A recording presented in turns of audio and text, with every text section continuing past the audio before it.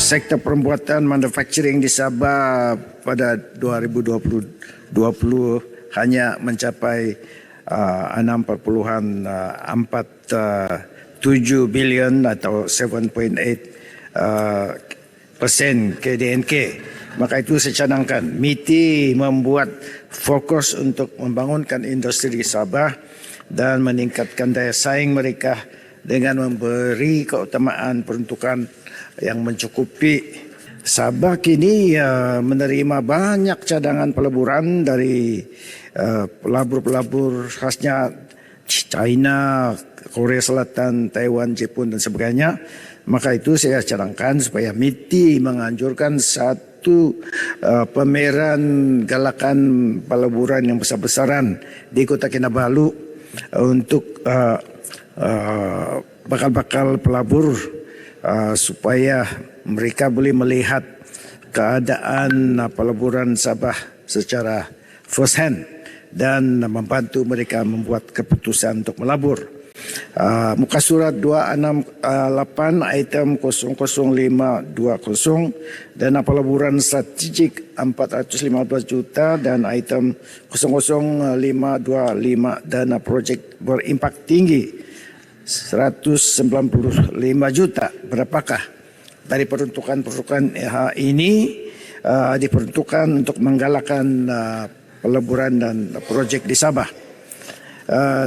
Datuk Speaker, saya merujuk kepada Kementerian Pengangkutan di mana visi Kementerian Pengangkutan adalah penerajut transformasi sistem pengangkutan bersepadu, efisien dan selamat.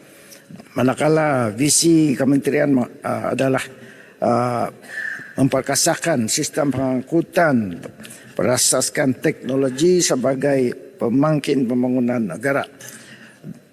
Dari pandangan Sabah, jelas Kementerian Pengangkutan telah gagal kedua-dua visi dan misi ini.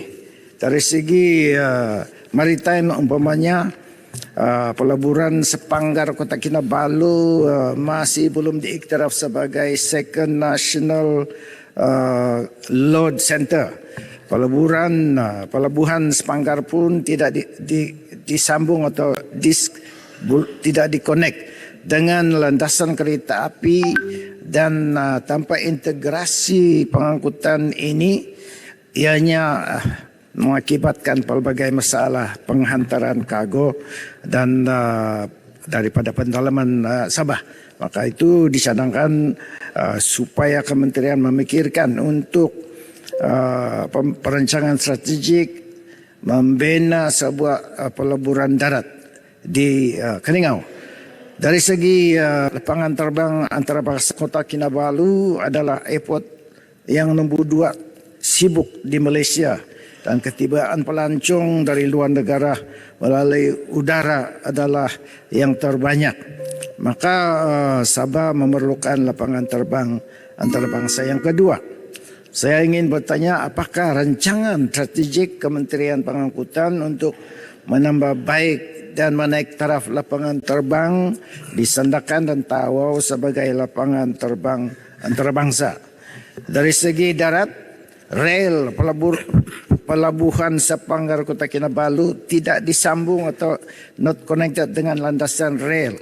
Untuk landasan rel dari Tenam ke Beaufort tidak beroperasi dan ada carun-carun yang perlu diperbaiki, di mana orang-orang kampung menggunakan motorcycle untuk bertolak beberapa keratan besi dan kayu untuk menghantar penumpang dan barang dari kampung ke kampung, sebab kampung-kampung tersebut tidak disambung dengan mod pengangkutan darat yang lain, tiada jalan langsung. Dari segi darat, jalan raya utama yang sedia ada adalah sempit, lebih kecil, iaitu 20 kaki saja kalau dibandingkan di Sarawak, iaitu 22 kaki dan perlu penlebaran dan peruntukan. Datuk Speaker, akhirnya saya beralih ke muka surat 317 item 0300400 subsidi operasi tren tidak ekonomik, 33 juta. Kenapa tidak ada peruntukan subsidi operasi diberikan jabatan kepada jabatan kereta api Sabah di mana operasinya pun tidak ekonomik. Muka surat 318 item 01 pembelian rolling stock KTP 262 juta.